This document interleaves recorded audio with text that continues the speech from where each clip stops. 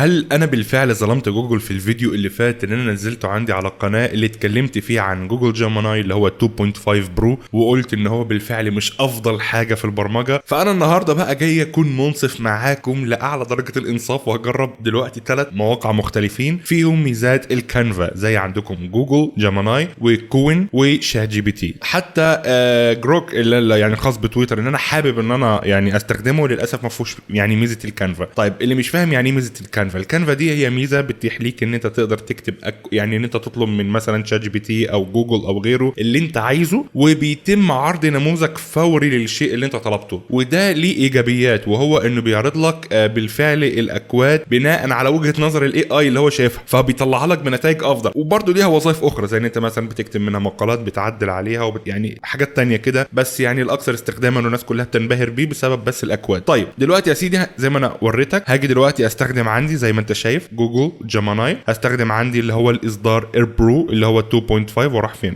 اللي هو البرو 2.5 ميزه كانفا. وهنا برضو نفس الفكره، هختار هنا عندي اللي هو كوين. طبعا انا عندي مجموعه من الاصدارات، الماكس ده يعتبر اقوى نموذج في كوين، يعني هو اقوى حاجه فهستخدمه برضو. بجانب برضو شات جي بي تي للاسف يعني الميزات بتاعته مش مجانيه بشكل كامل، يعني جيميناي ممكن استخدمه براحتي، كوين ممكن استخدمه براحتي، شات جي بي تي للاسف لا، يعني ليه حد محدد من الاستخدام. دلوقتي يا سيدي نروح عندي لجوجل جيميناي وهفعل عندي ميزه كانفا من تحت، ودلوقتي هقول له يا سيدي صمم لي آلة حاسبة. جميل، بس هو ده البرونت او الطلب باي كود تحب.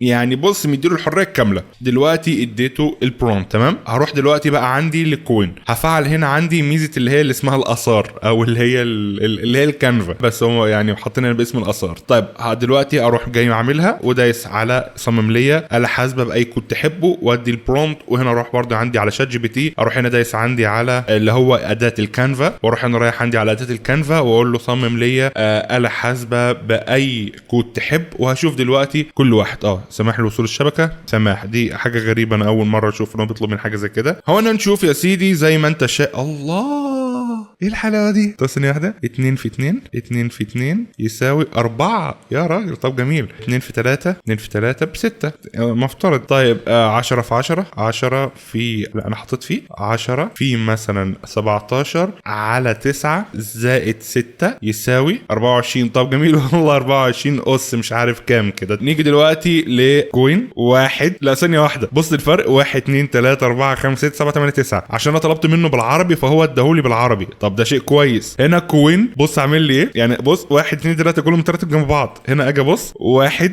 2 تحت 3 4 5 6 7 8 9. ده ايه اللخبطه دي؟ ماشي عموما يعني خلينا نشوف 2 في 2 يساوي 4. طيب عموما هو من حيث التصميم يعني طبعا اكيد الآلة الحاسبة هتطلع اجابات كلها صحيحه، فده شيء عادي يعني، ده شيء اصلا مش هو الاختبار. زي ما انت شايف عملت بالفعل من جوجل جيميناي عملت آلة حاسبة بكل بساطه اقدر انسخ الاكواد بتاعتها. اجي عندي على الرموز البرمجيه كوبي، افتح هنا عندي مثلا نوت جديد زي ما انت شايف. شكرا يا عم الحاج، انا كده اخلت الكود الخاص بالآلة الحاسبة، اقدر انا احطه في اي مكان انا عايزه. تمام ادي الكود اهو زي ما انت شايف الخاص بالآلة الحاسبة. الموضوع بسيط جدا مش صعب اطلاقا. نيجي بقى دلوقتي لشات جي بي تي. هنا طبعا زي ما انت شايف عرض لي فقط الاكواد، اقول له تنفيذ العمليات البرمجيه. للاسف يعني هنشوف دلوقتي يا رب تشتغل، يمكن عشان خاطر انا مشغل اد بلوك.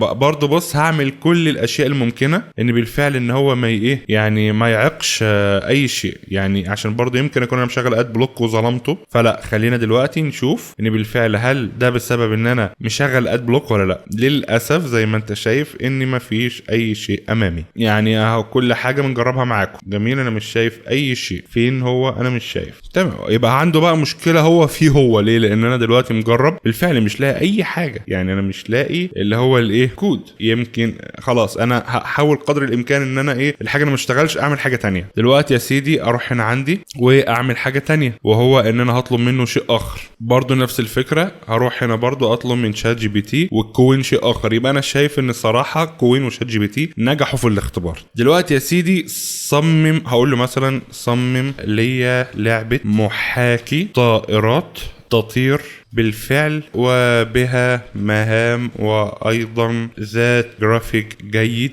3D. حلو. طيب دلوقتي هو انسخ ده ونفس الفكره على كانفا. ثانيه واحده، انا طلبت كانفا. لا ما فعلتش كانفا، انا اسف. تمام، وقف انا اسف معلش. انا ما فعلتش كانفا. افعل كانفا، احط هنا عندي نفس الفكره وبرده نفس الفكره اللي هو كوين، وبرده هنا اروح عندي على اللي هو شات جي بي تي وبالفعل اديله الشيء اللي انا عايزه. يا رب يشتغل بقى والله، يا رب نشوف جوجل يا سيدي هتوصل لحد فين. يعني انا بجرب كل الاحتمالات وكل الطرق معاكم. معينه هو لسه مخلص. طبعا انا عندي الاكواد مش ظاهره لان بسبب الار تي ال، لو انا عكست الار تي ال هيظهر عندي، لان طبعا الاكواد بتتكتب من الشمال لليمين مش العكس.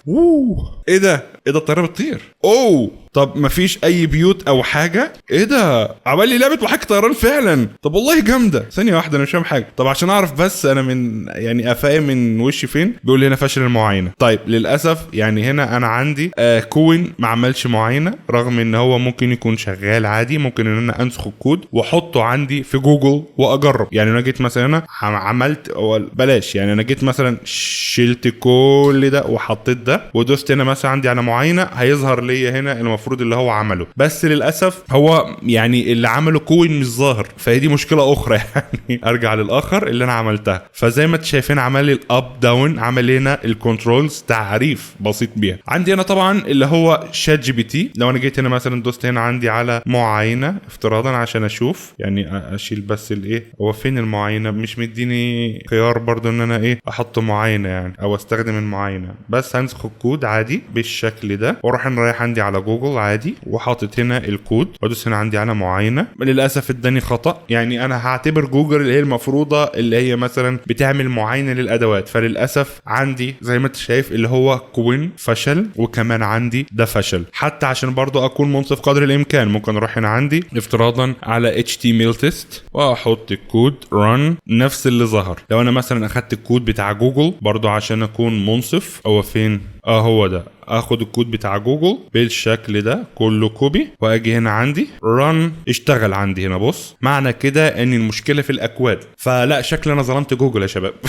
شكل انا ظلمت جوجل الصراحه. طيب يعني من حيث الاكواد صراحه جات جي بي تي فشل. طبعا المجاني، انا بتكلم على الاصدار المجاني. وصح نسيت اذكر ان جوجل اللي هو البرو اللي هو 2.0 برو بقى مجاني على الموقع الرسمي. يعني لو انت دخلت هنا عندك على اللي هو جيميناي هتلاقي عندك ان اللي هو زي ما انا قلت لك ان هو يعني جوجل جيميناي اللي هو النسخه المجانيه او الموقع المجاني بتاعهم اتاح ليك اللي هي النسخه البرو اللي هي 2.5 اللي هي تعتبر في قوه ال1 الخاصه بشات جي بي تي. فانا لما بقارن اقوى ذكاء اصطناعي باقوى ذكاء اصطناعي انا بقارن بالمجاني مش مدفوع. يعني ده مش مدفوع اصلا عشان ما حدش برضه يظن ان انا بجرب نسخه مدفوعه. لا، دي مجانيه تقدر تخش دلوقتي بنفسك وتجربها. تعالى يا سيدي بقى اقول له انا عايز حاجه تانية. يعني مثلا الطياره حلوه وكل حاجه عاش، بس انا عايز يكون في بيوت ومباني وناطحات سحاب والكلام ده عشان يكون فيه روح في العالم.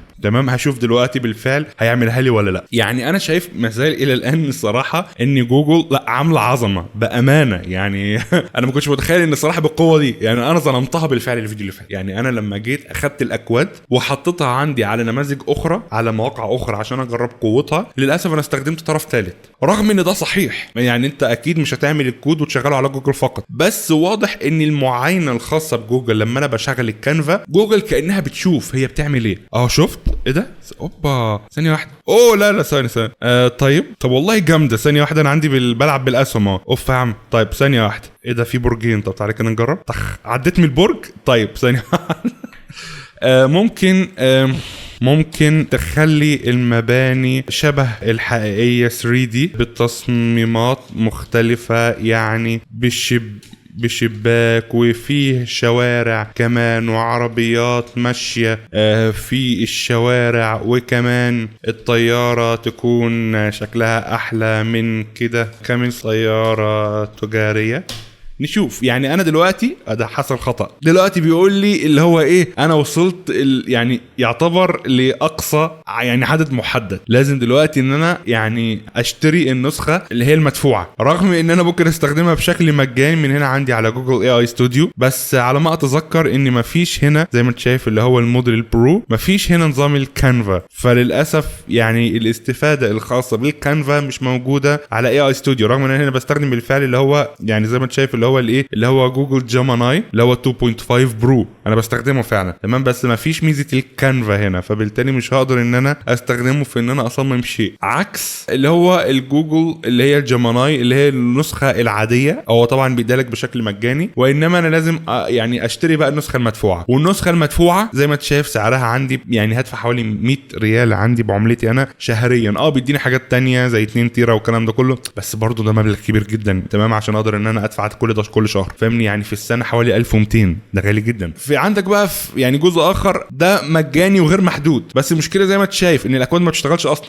تمام، يعني الاكواد اصلا مش شغاله. لو انا جيت انا نسخت وحطيتها مثلا افتراضا عندي هنا على اللي هو ال HTML وجيت عملت ران افتراضا، ايه ده، لا اشتغلت بس شكلها غريب. يعني ايه ده، انا بلعبها بالماوس ولا عمل لي نماذج 3D؟ طيب عمل لي نماذج 3D غير قابله يعني ما ينفعش ان انا احركها اصلا. سبيس، بدوس سبيس يقول لي ادوس سبيس عشان احركها، عندي في الاكواد سبيس، شيفت رايت، ولا اي حاجه. لا بس يعني من حيث بقى القوه، لا فعلا جوجل جيميناي اللي هو ال 2.0 يعني اللي هو 2.5 برو قويه جدا من حيث البرمجه، يعني انا فعلا ظلمتها في الفيديو اللي فات، بس للاسف عشان تقدر تاخد مميزاتها الرائعه والخرافيه لازم للاسف انت يعني ان انت تشتري الخطه المدفوعه، على امل ان جروك اللي انا بحبه الصراحه بسبب ان هو كان اول تجربه فعليه معاه بالبرمجه، واللي انا حسيت بالفعل بمتعه فيه وانا بالفعل بستخدمه، ان هو يعني يحط ميزه الكانفا هتفرق بشكل كبير، او هو ممكن يكون فيه وانا ما اعرفش في النسخه المدفوعه، يعني برضو جروك فيه للاسف نسخه مدفوعه، وهكذا لازم تدفع يا صديقي، لازم تدفع، ما عندكش خيار. وعيب بقى الاطراف الثالثه اللي هي مثلا زي الطرف الثالث اللي انا اتكلمت عنه اللي هو مثلا اللي هو زي